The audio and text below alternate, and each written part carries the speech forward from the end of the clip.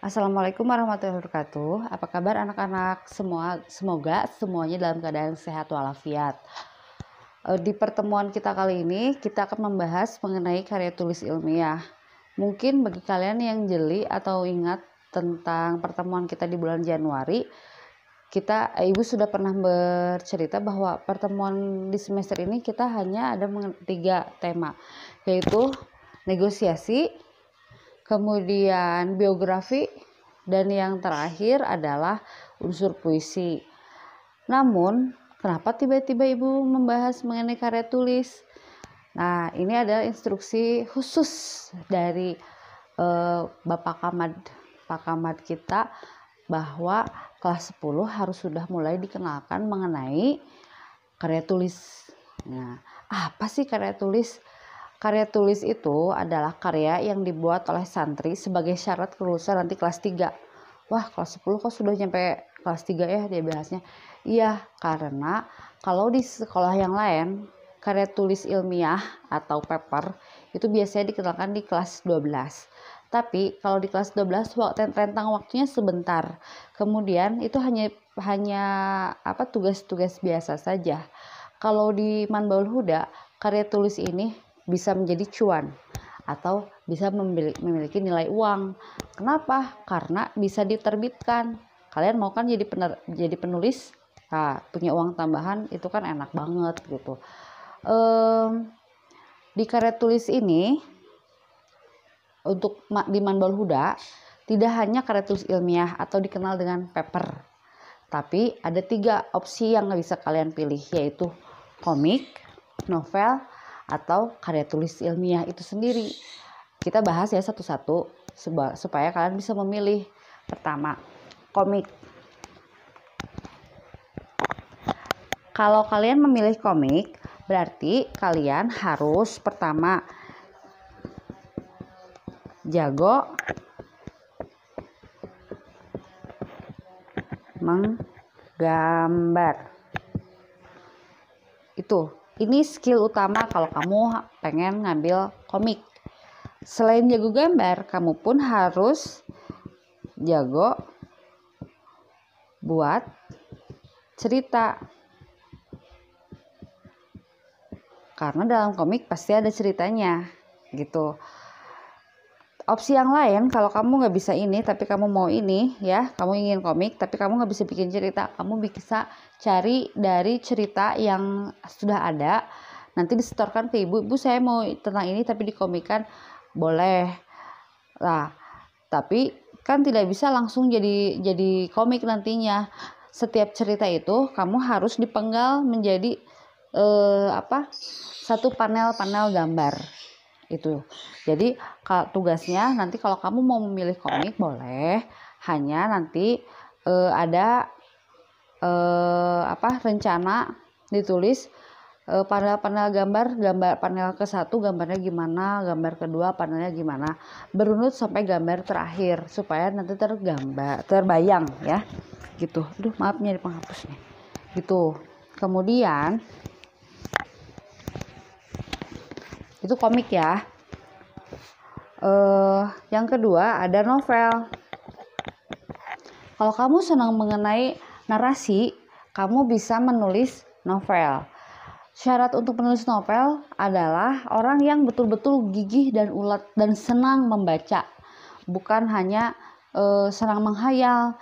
Karena ngehalu aja itu nggak bisa gitu. Itu kebuktian. Harus harus sering membaca novel itu sendiri gitu. Nah, untuk yang mau menulis novel boleh gitu. Pertama, kamu ajukan ringkasannya. Ringkasan cerita. Ajukan dulu ringkasan cerita yang akan kamu buat mulai dari awal sampai akhir cerita. Jangan berpikir kan itu mah kejutan, Bu. Nggak bisa kayak gitu. Ibaratnya kamu mau bikin rumah, terus kamu bikin unsur kejutan. Jangan-jangan bukan mengejutkan orang lain tapi mengejutkan kamu sendiri karena bentuk rumahnya aneh gitu. Jadi untuk menulis novel kamu harus ajukan ringkasan cerita dulu. konfliknya kayak gimana, tokohnya siapa aja, jangan diandai-andai. Perkara nanti pada saat di perjalanan mau ada penambahan nggak apa-apa, tapi pondasinya, sketsa cerita harus ada. Ini ibaratnya seperti menulis itu ibarat seperti membuat rumah gitu. Jadi harus ada sketsa gambarnya mau seperti apa. Hanya kalau tulisan, sketsa tulisannya. Nah, sketsa tulisan itu berupa ringkasan untuk di novel. Setelah membuat ringkasan, membuat kerangka. Nah, di ringkasan kan sudah ada ceritanya ya, mau kayak gimana. Buat kerangkanya, bab 1 mau apa, bab 2 mau apa, bab 3 dan selanjutnya. Nah, ini sebagai acuan bahwa bab 1 kamu nggak akan melenceng. Biasanya oleh penulis pemula itu kalau membuat novel suka tiba-tiba ada ide dadakan. Aduh, saya pengennya, atau rasa malas yang sangat. Itu biasa terjadi untuk penulis pemula. Tapi dengan ada kerangka ini dan acuan waktu itu bisa teratasi. Itu untuk novel ya. Setelah membuat kerangka baru membuat ceritanya langsung. Cerita. Setiap babnya itu membuat cerita. Setiap cerita itu silakan dibimbingkan gitu, karena nanti diksi dan lain-lainnya bakal dibahas gitu. Kurang lebih seperti itu mengenai novel ya. Kemudian yang terakhir, karya tulis ilmiah, KTI atau karya tulis ilmiah. Nah, kalau karya tulis ilmiah ini bagi ibu, menurut ibu walaupun membutuhkan sumber, tapi di sini jauh lebih gampang. Mengapa? Karena pondasi atau sketsa gambarnya sangat detail. Contoh, KTI ini terdiri dari bab 1, bab 2, bab 3, dan bab 4. Ini pondasi yang harus ada. Di bab 1 nanti sudah ada keterangan-keterangan yang akan dibahas. Jadi bab 1 ada A, B, C, D. Ini A-nya latar belakang, B-nya apa? Rumusan masalah. C-nya tujuan sampai ke F. Baik. Bab 2-nya berupa kerangka teoretis. Kemudian bab 3-nya pembahasan dan bab 4-nya adalah penutup. Ini kalian nanti akan dibimbing bagaimana cara mengisinya. Ada buku panduannya. Kemudian selain ada buku panduan, nanti ibu akan membuat grup di WhatsApp atau Telegram. Nanti kita sepakati maunya dibimbing oleh siapa. Jadi ibu sebagai guru bahasa Indonesia yang memang ini syarat karya tulis ini adalah syarat kelulusan nanti kalian ya, gitu. Syarat kenaikan pun gitu. Nah, setelah kalian punya bimbingan dari ibu, kalian punya pembimbing khusus yaitu pembimbing 1 dan pembimbing 2. Pembimbing 1 isinya yang akan membantu untuk melihat isi dari karya tulis itu. Ini harusnya mengenai A, B, C gitu ya, ditambah-tambah. Kalau pembimbing 2 tujuannya mengenai editing penulisan gitu. Nah, jadi kami guru-guru akan berkolaborasi untuk membantu kalian agar kalian bisa menjadi penulis gitu. Nah, temanya mau tentang apa sih Bu gitu ya. Kalau karya tulis ilmiah, kalian bisa mengambil tema-tema yang sangat luas. Bisa tentang psikologi, bisa tentang fisika, bisa tentang kimia, bisa tentang bahasa Arab. Banyak yang bisa kalian pilih.